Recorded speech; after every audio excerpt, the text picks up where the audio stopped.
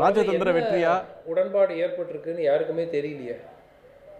இல்லை இது வரைக்கும் எந்த டீட்டெயிலும் வரலையே. இன்னைக்கு மாலை வந்து பியூஷ் கோயல் பேசிட்டு இறுதிக்கட்ட பேச்சுவார்த்தைகள் இருக்குது, அப்புறம் 2 பேரும் சேர்ந்து ஒரு காமனாக ஒரு டெக்ளரேஷன் இஷ்யூ பண்ணுவோம், அதில் டீட்டெயில்ஸ் எல்லாம் இருக்குங்கிறாங்க. அதுக்கு முன்னாடி ட்ரம்ப் தான் அறிவிச்சிட்டாரு 0 டேரிஃப்ஸு, இந்தியாவில் மூவ் டுவர்ட் 0 டேரிஃப்ஸு, நாங்கள் வந்து 18% சார்ஜ் பண்ணுவோம், ரஷ்யன் ஆயில் வாங்க மாட்டாங்க, யூஎஸ்லேருந்து ஆயில் வாங்குவாங்க, வெனிசுவேலாலேருந்தும் வாங்குவாங்க, அதுக்கப்புறம் 500 பில்லியன் யூஎஸில் இன்வெஸ்ட் பண்ணுவாங்க. இதற்கு ஒரு மறுப்பு இந்திய அரசிடமிருந்து வரவில்லை. ஏற்கனவே இந்த டேரிஃப்ஸ் எல்லாம் வரதுக்கு முன்னாடி பல பொருட்களில் டேரிஃப்ஸ் வந்து 2%, 3%, 4% இருந்த டேரிஃபு இன்னைக்கு நம்ம என்ன பண்ணுறோம்னா மாபெரும் வெற்றி, 18%க்கு மாபெரும் வெற்றின்னு சொல்லி உட்காந்துக்கிட்டு இருக்கோம். என்ன நம்ம கன்சீட் பண்ணியிருக்கோம்? டெய்ரி ப்ராடக்ட்ஸுக்கோ அக்ரிகல்ச்சருக்கோ அமெரிக்க அக்ரிகல்ச்சரல் செக்ரட்டரி ஒரு போஸ்ட் போட்டிருக்காங்க. இந்த டீல்னால வந்து அமெரிக்காவிலிருந்து ஏராளமான விவசாய பொருட்கள் வந்து இந்தியாவுக்கு மார்க்கெட்டுக்கு போகும், அது உண்மையா? 0 டேரிஃப் கொடுக்குறீங்களா? எதையுமே நீங்கள் கிளாரிஃபை பண்ணலன்னா அது என்ன டீலுங்கிறது நான் பார்லிமெண்ட்டுக்கும் சொல்ல மாட்டேன். எனக்கு புரியல குணா, இது நான் பார்லிமெண்ட்டில் எங்கே இந்த டீல்? இது வந்து ஒரு தேசிய ரகசியம் கிடையாது, இது வந்து ஒரு பொருளாதார ஒப்பந்தம். It's not a defence secret. So நீங்கள் பாராளுமன்றத்தில் அதுதான் எதிர்கட்சிகள் கேட்குறாங்க, என்னங்க ஒரு டீட்டெயில் என்ன இருக்குதுன்னு சொல்ல மாட்டேங்கிறீங்களே. அவர் போட்டுட்டாரு ட்ரம்ப், இதெல்லாம் உண்மையா இல்லையா?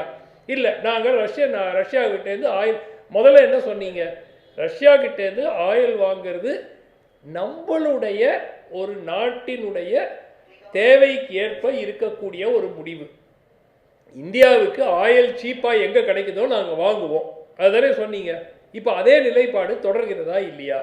அதை பற்றியும் தெரியாது. ஆயில் இம்போர்ட் ஃப்ரம் ரஷ்யா கிராஜுவலாக குறையுதுங்கிறது டேட்டாவில் வந்திருக்கு.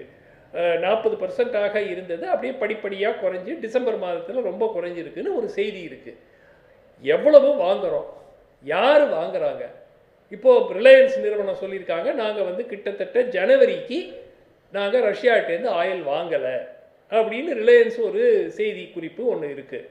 ஸோ ரஷ்யன் ஆயிலை 50% எதுக்காக போட்டாங்க? அந்த 50ல் 25% போட்ட காரணம் வந்து, எக்ஸ்ட்ரா 25% போட்ட காரணம் வந்து ரஷ்யன் ஆயிலை வாங்குறோன்ட்டு. அப்போது அதை கைவிட்டுட்டோமா, இல்லை அதை கைவிடாமையே ட்ரம்ப் புழுகிறாரா? நம்ம 18% சொல்கிறோம், அவர் சொல்கிறாரு, அதை நம்ம ஏற்றுக்கிறோம். நம்ம 0ன்னு ஆக்கியிருக்கோமா? எந்த பொருளில் 0, எந்த பொருளில் 0க்கு மேலே? எனக்கு உண்மையாகவே புரியவில்லை. ஏன் இது மாதிரி ஒரு விஷயங்கள் வந்து first parliament matter of national importance சொல்ற எந்த ஒரு விவகாரமும் பாராளுமன்றம் கூடி அவை நடந்து கொண்டிருக்கிற நேரத்தில் இந்த மாதிரி அனௌன்ஸ்மெண்ட் வந்தால் இது சார்ந்த அமைச்சர் அது சார்ந்த விஷயத்தை அவைக்கு தெரிவிப்பாங்க. அப்படியான ஒரு நடைமுறை இல்லை. வெளியில் வந்து திரு பியூஷ் கோயல் ராகுல் காந்தியும் காங்கிரஸ் கட்சியும் விமர்சனம் பண்ணுறாரு. இந்தியா வளர்றது உங்களுக்கு பிடிக்கலையா, ஏன் நெகட்டிவாக இதை விமர்சனம் பண்ணுறீங்க, இவ்வளோ பாசிட்டிவ் இதில் இருக்கு அப்படின்னு சொல்கிறாரு. சரிங்க, என்ன பாசிட்டிவ் சொல்லுங்களேன். என்ன நீங்க என்ன விட்டு கொடுத்துருக்கீங்க, அவங்க என்ன விட்டு கொடுத்துருக்காங்க, இது சொல்லுங்களேன். 18 ஆயிடுச்சு, அதுக்கு மேல வேற என்ன வேணும்ன்றாங்க சார். இல்லைங்க, இந்த 18ங்கிறது 3 இருந்தது தானே 50 ஆச்சு. 3-4 இருந்து தானே 50 போச்சு. இன்னைக்கு 18க்கு போய் பட்டாசு வெடிக்கிறீங்க. நான் என்ன கேட்குறேன்னா, எதை நாம் விட்டு கொடுத்திருக்கிறோம் என்பதை இதுவரை இந்திய அரசு தெரிவிக்கவில்லை. பியூஷ் கோயலுடைய 21 நிமிடம் ப்ரெஸ் மீட்டில் ப்ரெஸ் கிட்ட பேசுனதுல கிட்டத்தட்ட 16 நிமிஷம் ராகுல் காந்தியை திட்டுறதுலேயே போயிடுச்சு. அவர் வந்து மோசம், அவர் வந்து நாடு முன்னேறத அவர் விரும்பலை, இதுலேயே வந்து 15 நிமிஷம் பேசிட்டாரு. என்ன டீட்டெயில் இருக்குது அந்த டீலில்? இல்லை, உங்களுக்கு எதுவும் பாதிப்பு வராது, இது ரொம்ப நல்ல டீலு, இது வந்து நாட்டுக்கு நல்லது, இது பற்றி விவரங்கள் எல்லாம் அப்புறம் சொல்கிறோம். இதுக்கு எதுக்கு ஒரு ப்ரெஸ் ப்ரீஃபிங்கு? ராகுல் காந்தியை திட்டுறதுக்கு அவங்க டெய்லி திட்டிட்டு தானே இருக்காங்க, அதுக்கு எதுக்கு ப்ரெஸ்ஸை சந்திக்கணும்? ஸோ எனக்கு புரியாத விஷயம் என்னவென்றால், இதை அரசாங்கம் முதல்ல பாராளுமன்றத்தில் சொல்லணும், அதுக்கப்புறம் தான் அது வெளியே சொல்கிறதெல்லாம். First parliament should be informed and given the details. Shashi Tharoor தான் கேட்குறாரு. எங்களுக்கு ஒன்றும் தெரியாதுங்க, பேப்பரில் மீடியாவில் பார்த்து தான் எங்களுக்கும் தெரியும், இந்த டீலை பற்றி எங்களுக்கு ஒன்றும் தெரியாது, அதுதான் கவர்மெண்ட் கிட்ட கேட்குறோம் என்ன டீலுன்னு. ஸோ நிச்சயமாக இது ஒரு கவலை அளிக்கக்கூடிய ஒரு situation. Where government says I will not share anything இந்த டீல். இது வந்து ரொம்ப நாளைக்கு மூடி மறைக்கவும் முடியாது. இப்போ ரஷ்யன் ஆயில் பர்ச்சேஸை மூடி மறைக்கலாங்க, ஏன்னா அந்த டேட்டா வந்து அரசாங்கத்திடம் தான் இருக்கும், எங்கேயாவது ஆயில் கம்பெனி மூலமாக எங்கேயாவது வெளியே வரும். பட் இந்த பர்சன்டேஜ் ஒவ்வொரு பொருட்களுக்கும் எவ்வளவுங்கிறது ஒவ்வொரு டிபார்ட்மெண்ட்டுக்கும் போனால் தானே கஸ்டம்ஸுக்கு தெரிஞ்சால் தானே அவங்க லெவி பண்ண முடியும் டேரிஃபு. இப்போ எப்படி நீங்கள் ஒரு பொருளை இம்போர்ட் பண்ணுறீங்க, கஸ்டம்ஸுக்கு தெரியல அமெரிக்காவிலேருந்து வர்ற இந்த பொருளுக்கு 5% போடணும். இப்போ நீங்கள் ஏர்போர்ட்டில் ஒரு பொருள் எடுத்துகிட்டு வரீங்க, ஒரு உதாரணத்துக்கு சொல்கிறேன், இட்ஸ் நாட் கம்பேரபிள், பட் ஒரு ரீட்டெயிலாக நீங்கள் ஒரு பொருள் எடுத்துகிட்டு வரீங்க, அந்த பொருள் ஒரு எல்இடி டிவி கொடுத்தீங்கன்னா எல்இடி டிவிக்கு இவ்வளோ இம்போர்ட் டியூட்டி பர்சன்டேஜ் இருக்குன்னு, இந்த நாட்டிலேருந்து வந்தால் இவ்வளோ, அந்த நாட்டிலேருந்து வந்தால் இவ்வளோ இருக்கா இல்லையா? இப்போ இது எல்லா டிபார்ட்மெண்ட்டுக்கும் தெரிஞ்சு தானே ஆகணும் கஸ்டம்ஸில். அதை எப்படி நீங்கள் சீக்ரெட்டாக வச்சுப்பீங்க? அக்ரிகல்ச்சரல் ப்ரொடியூஸில் இப்போ உள்ளே வருதுன்னு வச்சுக்கோங்க, அவங்க என்னத்தை பண்ணுவாங்க? அவங்களுக்கு தெரிஞ்சால் அவங்களுக்கு ஒரு இன்ஸ்ட்ரக்ஷன் வரணும் இல்லையா, இதுக்கு 2% போடுங்க, 5% போடுங்க, தெரிவிப்பாங்க அப்படின்னு வச்சுக்கங்க. சுமந்த், ஒரு 11 மாசத்துக்கு மேல பேசி அவர் தெரிவிச்சிட்டாரு இல்லைங்க. நான் கேட்கறது ட்ரம்ப் தெரிவிச்சிட்டாரு. இப்போ இது உண்மையா பொய்யா? ரெண்டாவது முக்கியமாக உங்களுக்கு பியூஷ் கோயல் சொன்னது ஒரு விஷயம் தான் எனக்கு ரொம்ப கவலை அளிச்சது. they are nearly finalizing the terms of the dealங்கிறாரு. அப்போ முக்கியமாக இங்கே பாருங்க, ஒரு டீலை நீங்கள் அறிவிக்கிறீங்கன்னா அடிப்படையாக நீங்கள் எவ்வளோ சார்ஜ் பண்ணுவீங்க, அவங்கள எவ்வளோ சார்ஜ் பண்ணுவாங்கங்கிறது ஒத்துக்கிட்டு தான் அந்த டீலே வந்திருக்கும். இல்லாட்டி பிரதமர் மோடியே அறிவிச்சிட்டாரு, ட்ரம்ப் அதுக்கு முன்னாடியே அறிவிச்சிட்டாரு. ஸோ ஏதோ ஒன்று இரு தரப்பினும் ஏற்றுக்கொண்டு விட்டார்கள். ஃபைனல் பிரிண்ட் ஓகே, நீங்கள் இன்னும் 10 நாள் டிஸ்கஸ் பண்ணுறீங்க, இந்த பொருளில் இந்த மாடிஃபிகேஷன் இருந்தாக்கா அதுக்கு 1% எக்ஸ்ட்ரா போட்டுக்குங்க. பட் பொதுவாக நேற்று ஒப்பந்தம் எட்டப்பட்டு விட்டது என்று கூறியதற்கு என்ன அர்த்தம்?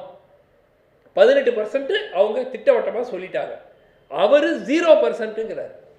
அந்த 0% உண்மையா இல்லையா? பர்டிகுலரா விவசாய பொருட்களுக்கு 0% indirect tariff barriers வந்து 0 ஆகும்.